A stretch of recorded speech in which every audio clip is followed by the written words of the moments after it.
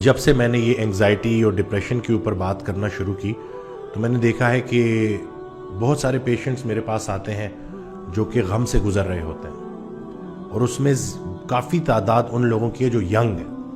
جیسے اس دن ایک شخص میرے پاس آیا اور مجھے کہتا ہے کہ ڈاکٹر وسیم، میں غمگین ہو جاتا ہوں بغیر کسی وجہ کے، یعنی کہ مطلب میرے پاس کسی چیز کی کوئی کمی نہیں ہے، لیکن بس بیٹھے بیٹھے میں غمگین ہو جاتا ہوں، مجھے پورا ارد گرد کی سراؤنڈنگ غمگین لگتی ہے اور میں خوشی کو محسوس نہیں کر پا رہا ہوتا۔ تو مجھے بتائیں اس کی وجہ کیا ہے؟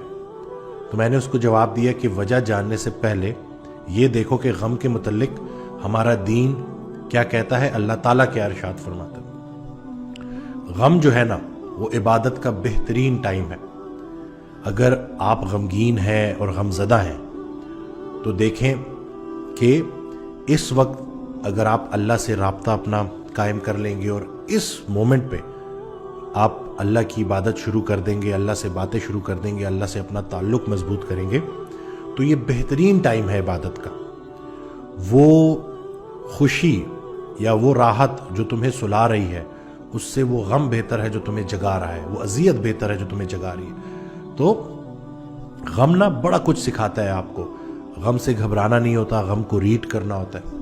حضرت واصف علی واصف رحمۃ اللہ علیہ کا بڑا پیارا جملہ کہ غم میں غم دینے والا اگر یاد رہے تو انسان بڑا بلند ہو جاتا ہے۔ اور ایک اور جملہ ان کا بڑا پیارا کہ خوشی کے چھن جانے کا نام غم ہے۔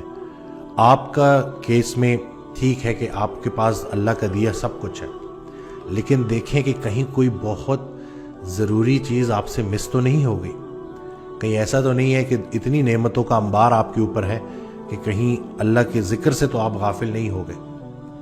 اور دیکھیں کہ اپنے اندر اس غم کے دوران جو کام آپ کر سکتے ہیں، اپنے آپ کو مصروف عمل کر سکتے ہیں، یعنی کہ جب آپ کو لگ رہا ہے کہ ارد گرد کی پوری سراؤنڈنگ غمگین ہے تو آپ ارد گرد دیکھیں کہ خالی آپ غمزدہ نہیں ہوں گے، ہو سکتا ہے کوئی ایک انسان غمگین بیٹھا ہو۔ تو اگر آپ غم میں ہیں، تنہا ہو گئے ہیں، تو تنہائی ہی آشنائی ہے اور بیسٹ ٹائم ہے۔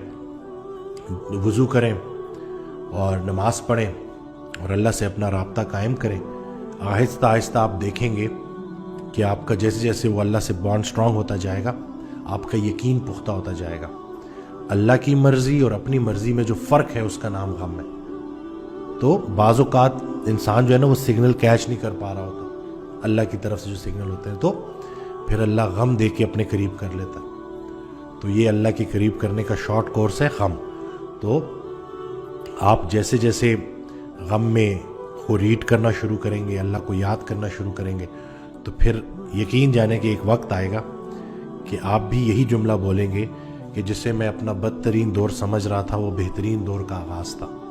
تو دل کی دنیا جب آباد ہو رہی ہوتی ہے نا، تو غم سے گزارا جاتا ہے۔